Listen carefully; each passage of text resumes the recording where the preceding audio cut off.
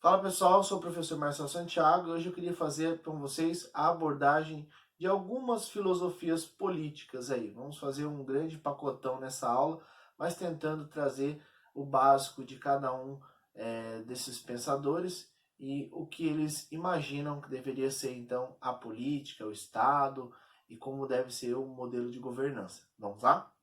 Bem, nós temos aí 4 autores, Hobbes, Locke, Rousseau e Montesquieu. Cada um deles deu a sua contribuição e a gente vai começando aqui por Hobbes. Hobbes, então, nas suas 2 obras, Leviatã e Do Cidadão, ele vai dizer que o indivíduo, ele olha o seu semelhante como um concorrente. Tá? Aqui, na visão de Hobbes, existe uma guerra de todos contra todos no seu estado natural. O homem no seu estado natural, ele então é um ser humano egoísta que vê o outro então como o seu concorrente, aquele que precisa ser dominado, né? É preciso que ele se imponha e domine o outro, para que ele não seja dominado. Então, no estado de natureza, é um estado de terror, é um estado de guerra, onde continuamente, aquilo que eu disse, é um estado de guerra de todos contra todos. Constantemente existe esse estado de guerra, certo? Isso no estado de natureza, o estado natural do ser humano, né? Então, diante desse contínuo conflito entre os homens que existe, é necessário, então, que exista um contrato, que seja realizado um contrato que eles chamam de contrato social. Esse contrato social é, basicamente, aonde o indivíduo ele abre mão da sua liberdade individual, né, a sua liberdade absoluta, o direito de governar a si mesmo, para que um terceiro possa governar a ele e aos demais. E esse terceiro, então, é o Estado. Veja que aqui Hobbes vai fundamentar o surgimento do Estado. Então, o Estado ele surge para poder governar a liberdade individual das pessoas. Por essa razão, é a própria pessoa que, abrindo mão da liberdade dela, né, a liberdade absoluta, o direito de governar a si mesmo, então ela delega esse direito, né, para uma terceira pessoa, que é o Estado.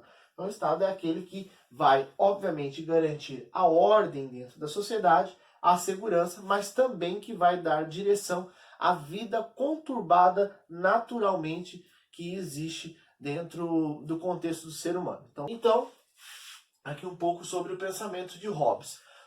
Locke já vai dizer na sua obra, segundo Tratado sobre o Governo, ele vai observar o indivíduo no seu estado natural como um ser que vive isolado, né? Ele já tem um olhar um pouco distinto aqui de Hobbes. Então ele vai dizer que o indivíduo no seu estado natural ele vive isolado e nesse isolamento tem uma ausência total de regras, de normas. Ou seja, como ele vive isolado, é ele mesmo que é o seu próprio juiz. É ele que estabelece o seu julgamento. Então, a partir do momento que nós temos vários juízes entrando em conflito e dando as suas próprias sentenças, nós temos aí os problemas sociais. Né? Temos problemas porque cada um aí, sendo o seu próprio juiz, vai fazer aquilo que julga ser correto, ser necessário. Por essa razão, para tentar mediar esses conflitos, para tentar resolver esses problemas que surgem naturalmente, né, nesse contexto do ser humano, surge então o Estado. E esse Estado ele tem o dever de dar a segurança, de prover a segurança e assegurar os direitos naturais. Que direitos naturais seriam esses? O direito à liberdade e o direito à propriedade privada. Bom, aqui nós temos aí o escopo, a base do pensamento liberal, né? Aquilo que nós já vimos lá numa aula anterior. Se você não viu essa aula sobre aí as noções introdutórias sobre filosofia política, pode clicar aqui no card aqui em cima e você pode visualizar um pouco daquilo que nós falamos na aula passada. Então, veja que aqui nós temos aí a base da concepção liberal, onde o Estado ele surge para mediar os conflitos que existem, tá? E também assegurar os direitos naturais, liberdade, né? O Estado ele vai sempre prezar pela liberdade individual e não só uma liberdade individual dentro da esfera de expressão, mas também na esfera econômica. Por isso, o Estado vai surgir aí como alguém que tenta mediar esses conflitos e tentar assegurar esses direitos naturais. Essa é a concepção, então, liberalista de Locke. Logo em seguida, nós temos Jean-Jacques Rousseau. Assim como Locke, Rousseau também foi um iluminista, né, um filósofo iluminista, e ele também fez aí uma análise aí do Estado, né, como é que surge esse Estado. Veja que aqui nós estamos falando do surgimento do Estado, aqui também, e também aqui em Rousseau vamos fazer uma análise desse Estado, do surgimento desse Estado, qual é a necessidade dele existir. E veja que as perspectivas são distintas. Então, Rousseau, ele vai dizer assim, um pouco diferente dos seus anteriores, aonde ele vai fazer aqui em Locke, falar que o indivíduo no estado natural vive isolado, e Hobbes dizer que no estado natural o homem então olha para o outro como concorrente e vive um estado de guerra, de todos contra todos. Aqui Rousseau vai dizer que no estado natural é um estado assim, vamos dizer, perfeito, né? Ou vamos dizer que para Rousseau o estado natural do ser humano é elogiável, né? Porque é um estado de liberdade. E a partir do momento que o ser humano ele vai para a sociedade, ou ele está dentro de uma sociedade, ele acaba adquirindo hábitos como a corrupção, a avareza, os vícios, a falsidade, que são coisas que ele condena dentro da sociedade, né? A hipocrisia da sociedade. Por essa razão, Rousseau vai cunhar aquela frase famosa dele, que o homem nasce bom, mas a sociedade o corrompe. Justamente porque na sua concepção é a própria sociedade que acaba corrompendo aí o ser humano, tá certo?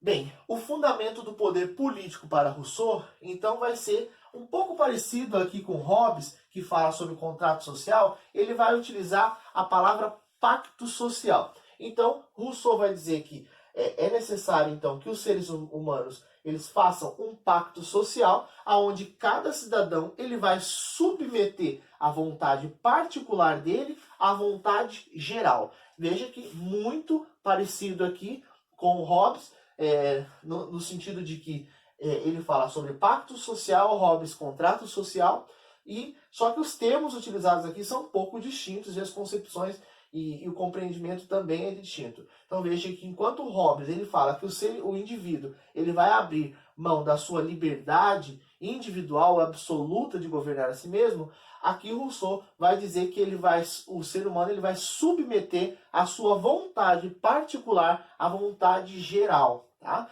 E aí, dessa forma, se submetendo a sua vontade particular à vontade geral do povo, então o Estado surge para representar essa vontade geral do povo. Aqui Rousseau vai dizer que é legítimo, né, é correto obedecer ao Estado, enquanto o Estado, ele de fato é alguém que representa a vontade geral do povo. Não é legítimo você aí estar obedecendo o Estado se ele não representa a vontade geral do povo, né? Porque ele surge como um representante dessa vontade geral.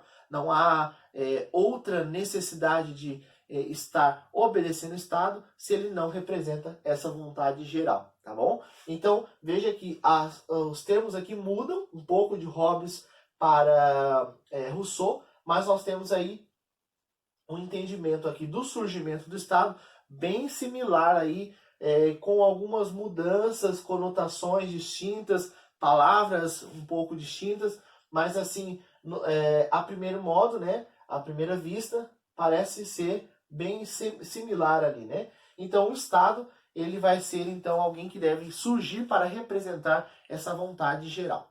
E por último nós temos Montesquieu também um filósofo iluminista, e ele vai propor a divisão funcional dos poderes, que nós já conhecemos muito bem, que é o legislativo, o executivo e o judiciário, né? Onde o legislativo então vai ser o órgão ou o poder que vai então realizar, né, ou vai legislar, criar as leis, o executivo, aquele que vai executar as leis, sobretudo na administração pública, e o judiciário, aquele que vai então julgar as leis, né, vai de fato fazer o julgamento, né? O judiciário ele vai fazer o julgamento das leis, ele vai fazer a aplicação, a aplicabilidade dessas leis, tá bom? Então aqui nós temos aí 4 filósofos com 4 contribuições distintas para o pensamento filosófico político e espero ter ajudado vocês e nos vemos na próxima aula, tá bom?